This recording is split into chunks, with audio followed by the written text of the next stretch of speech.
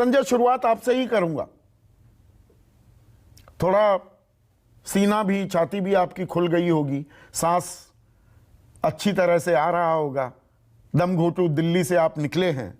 तो ये voter turnout ऐसा नहीं है कि पहले कम होता था 71, 72, 73%, लेकिन 77% भी शायद पार कर जाए अगर पोस्टल बैलेट्स का जब आकलन हो जाएगा। तो ये बम्पर वोटिंग क्या कह रही है? देखिए संदीप, अगर हम टर्नआउट को देखें तो पिछले चुनाव में जब 2017 में चुनाव हुए थे तो हाईएस्ट टर्नआउट था 75.7। अब ये जरूर लग रहा है कि टर्नआउट उससे भी कहीं आगे जाता हुआ दिखाई पड़ रहा है। एक आम धारणा सी बन गई है कि अगर हायर टर्नआउट का मतलब है कि शायद सत्ता परिवर्तन के लिए लोग वोट कर रहे हैं। लोग नाराज हैं सत्ताधारी पार्टी से, जिस पार्टी की सरकार है, और बढ़ चढ़कर लोग आते हैं और अपना मतदान कर रहे हैं।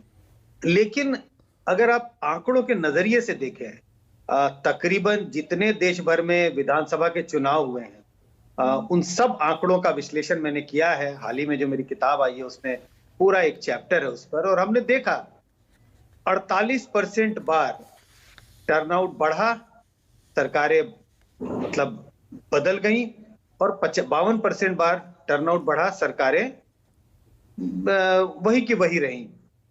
इसका रिवर्स भी है, टर्नआउट घटता भी है तो ऐसा ही कुछ देखने को मिलता है। तो ये जो धारणा बनी हुई है कि टर्नआउट बढ़ने का मतलब है कि ये एंटी इनकम्बेंसी का सूचक है, प्रमाण नहीं है, एंटी इनकम्बेंसी का सूचक है, ऐसा भी नहीं होता है। क्योंकि अगर आप पिछले 4-5 साल में देखें, जितने विधानसभा चुनाव हुए, बल्कि 10 साल में लगभग सारे विधानसभा चुनाव में हर राज्य में पिछले चुनाव की तुलना में टर्नआउट बढ़ा है। लगभग सारे, कुछ अपवाद हैं, लेकिन सरकारें सब जगह बदली नहीं है।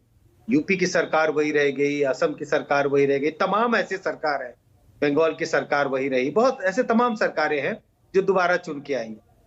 तो संदीप, ये कह पाना तो मेरे लिए बिल्कुल मुश्किल है कि ये संकेत क्या दे रहा है। अभी भी मैं उसी बात पर डटा हुआ हूं कि कांटे का मुकाबला है, बीजेपी और कांग्रेस के बीच कांटे का मुकाबला हमें पूरे चुनावी कैंपेन के दौरान दिखाई पड़ा। आज मैं आया हूं धर्मशाला, थोड़ी बहुत लोगों से बात हुई, लेकिन थोड़ी बहुत लोगों से बात करके कुछ नब्ज नहीं पता चल पाता। लेकिन मैं जो माहौल देख रहा हूं कि माहौल कितना गर्म है आज भी, जो अमूमन दूसरे राज्यों में देखने को नहीं मिलता है। आमने सामने की दुकान में एक तरफ कांग्रेस के झंडे लगे हैं तो दूसरी तरफ बीजेपी के झंडे लगे हैं। ये जो प्रतिस्पर्धा की जो हमें माहौल दिल्ली में बैठ के दिखता था, वो यहाँ जमीन पर दिखाई पड़ रहा है। अलग अलग जगहों पे बीजेपी और कांग्रेस के झंडे धुआंधार लगातार आज भी है। दफ्तर आज भी खुले हैं, पार्टियों के दफ्तर। मैं जिस होटल में ठहरा हूं, बिल्कुल सामने मेरे बीजेपी का दफ्तर है, और वहां भी 10-20 आदमी अभी भी बैठे दिखाई पड़ते हैं। तो जो बात मैं कहने की कोशिश कर रहा हूं कि बिल्कुल कांटे का मुकाबला दिखता है, और चुनाव कल खत्म हो गया, लेकिन गर्माहट उसकी आज भी दिखाई पड़ रही है धर्मशाला। तो आपने कांटे का टक्कर, ये जिस फ्रेज का आपने इस्तेमाल किया, अब फिर से थोड़ा अतीत हमें ना काफी कुछ सिखाता है। 2007 से अगर हम नजर डालें, 2007 में 71.5% मतदान हुआ और बीजेपी की सरकार बनी, और बीजेपी कांग्रेस में लगभग 5% का अंतर था वोटों में। 2012 में कांग्रेस की सरकार बनी और वोटों का अंतर था लगभग 4.25% से ऊपर। 2017 में 75% भी मतदान हुआ, उससे ऊपर हुआ, बीजेपी की सरकार बनी, बीजेपी और कांग्रेस में 7% का अंतर। तो 4 से 7% का अंतर वोट शेयरों में दिखाई हमें पड़ता था इस बार। यानी कि कांटे का मुकाबला आप कहते हैं तो 1-2% पर ही क्या तय हो जाएंगे नतीजे। और कई बार ऐसा भी हमने होते देखा है कि आपको वोट ज्यादा मिल गए पर सरकार किसी और की बन गई। नहीं, ऐसा होता है। First pass the post system जो हमारा इलेक्टोरल सिस्टम है, कर्नाटक में लगातार हो रहा है कई चुनाव से। बीजेपी को वोट शेयर कम होता है, लेकिन चूंकि कुछ इलाकों में उनका वोट है, वो सीटें ज्यादा जीतती हैं। 2-3% वोट कम है कांग्रेस से, लेकिन सीटें उनको 30-35 ज्यादा आ रही हैं, और लगातार वो सीटों के मामले में कांग्रेस से आगे रहते हैं। कांग्रेस वोट के प्रतिशत के मामले में कर्नाटक में आगे रहता है। तो ऐसे तमाम उदाहरण आप लोकसभा का चुनाव ही देखिए संदीप। अगर हम 2009 के लोकसभा चुनाव की बात करें, बीजेपी को 18.6% वोट था नेशनली, सीटें आई थी 116। 2014 का लोकसभा चुनाव देखिए, कांग्रेस को 19.6% वोट, 1% वोट ज्यादा राष्ट्रीय स्तर पर, लेकिन कांग्रेस की सीटें 44, कहां 116 और कहां 44। बिल्कुल ऐसा होता रहता है। हाँ। तो इसकी गुंजाइश भी है, लेकिन इस राज्य में इसकी गुंजाइश कम है जहां बाइपोलर कंटेस्ट है।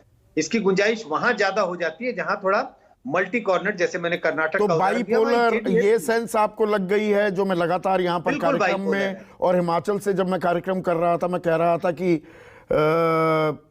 जो आम आदमी पार्टी है, इट फ्लैटर्ड टू डिसीव, मतलब लगा कि कुछ करेगी पर वो गायब हो गई तारीख आते आते। वो आपको भी सेंस लगी? नहीं नहीं, बिल्कुल, उसमें कोई शक नहीं है कि ये कंप्लीटली बाइपोलर कंटेस्ट है।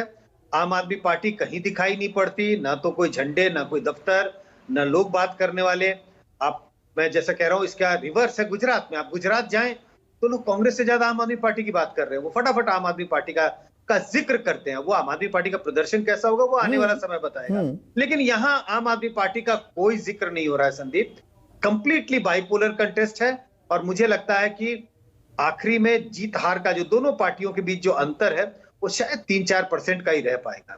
3-4% का ही। और सीटों में, क्योंकि बहुमत का आंकड़ा 35 है, तो मतलब क्या हम ये कह सकते हैं 32 से 38 की रेंज होने वाली है? कौन ऊपर का आंकड़ा पकड़ता है और कौन नीचे लटक जाता है, ये देखने वाली बात होगी 8 दिसंबर को। हाँ, मुझे लगता है कि जिस तरह का माहौल है उसमें 40 का आंकड़ा पार कर पाना किसी पार्टी के लिए बहुत मुश्किल होगा।